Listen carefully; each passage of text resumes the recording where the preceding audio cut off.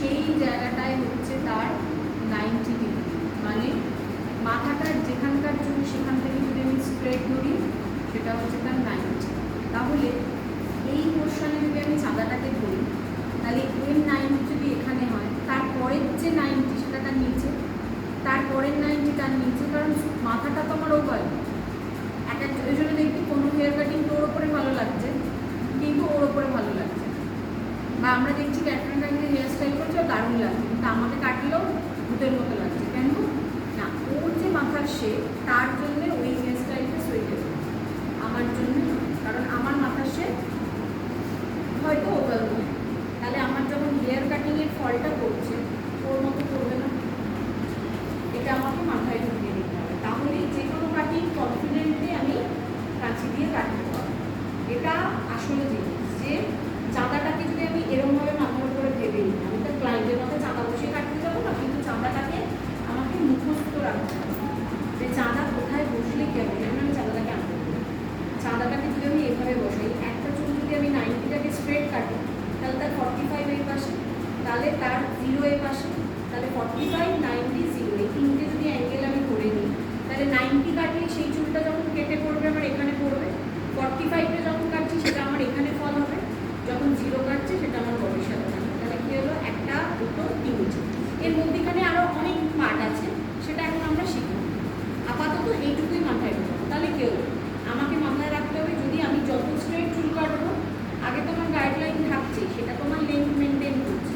যখন অ্যাডভান্স শিখতে যাবি দেখবি অনেক সময় ফ্রন্ট সেকশন থেকে গাইডলাইন নিয়েই কাটা হয়, ব্যাক পোর্শন থেকে না। তো সেক্ষেত্রে আমি বলছি ধর ব্যাক পোর্শন থেকে, কারণ ফ্রন্ট সেকশন থেকে যখন আমরা গাইডলাইন নিই চুলটা অনেক বড় হয়।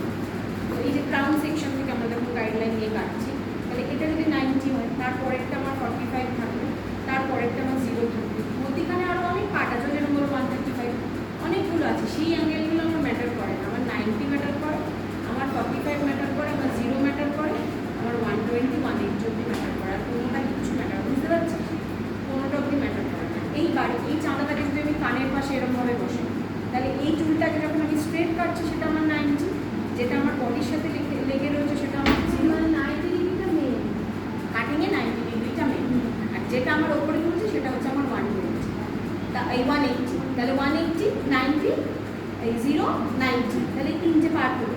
এইবার অনেকের ফ্রন্ট সেকশন, আমাদের হেয়ার কাটিংয়ে দুটো পার্ট, একটা ফ্রন্ট পার্ট, একটা ব্যাক পার্ট। তো ফ্রন্ট পার্টে ধর আমি কোনো কাটিংয়ে ছোটো ছোটো ছোটো ছোটো পার্ট করতে চাইছি, তো সেই ক্ষেত্রে কী হবে, তখন আমার মাথায় রাখতে হবে যে এটা করলে আমার 90 হচ্ছে, এটা আমার 0, 90 আর 0-র মধ্যে আমার আরও ফল চাই, তখন আমি একটা অন্য অ্যাঙ্গেল, আরও অ্যাঙ্গেল, সেই অ্যাঙ্গেলগুলো নাম্বার আমার দরকার নেই, আমি 90 আর 0-র মধ্যে এলেই 45 পেয়ে যাবো। কারণ কি, প্রত্যেকটা চুল তার থেকে স্ট্রেট মানেই সেটা 90, তাহলে তার নিচে নামলে সেটা 90 নয়। আমি যদি এখানকার চুলটাকে এদিকে ধরি তাহলে তো সেটা 90 নয়, এখানকার চুল এখানে 90, এখানকার চুল এখানে 90, তার মানে কী হচ্ছে, এখানকার চুল যখন আমি এখানে ধরে কাটছি তখন সেই কাটিংটা যখন নিচে পড়ছে তার ফলিং একরকম হচ্ছে, আবার এই পরের চুলটা যখন সেটার ফলিং একরকম হচ্ছে, আবার তারপরের চুলটা কাটছে সেটার ফলিং একরকম। এটা মাথায় রেখে আমাদের কাটিং করতে হবে। এখন পাগল পাগল লাগে, ভাবা হেয়ার কাটিং করতে এসো 90টাকে এরকম স্টেপ ধরে যে মাপটা হয় ওইটা ওই হিসাবে 90 ডিগ্রি, যেখানকার চুল সেখান থেকে স্ট্রেট ধরলে সেটা হচ্ছে তার 90 ডিগ্রি। যেখানকার চুল, আমি এখানকার চুল এখান থেকে এরকমভাবে তুলে উপরে তুলে নিলাম, সেটা 90 নয়। আমার ক্রাউন সেকশন তার স্ট্রেট 90 মানে এইটা, আমার এই পোর্শনের সেকশন তার 90 মানে এইটা, আমার এই পোর্শনের সেকশন তার 90 মানে এইটা।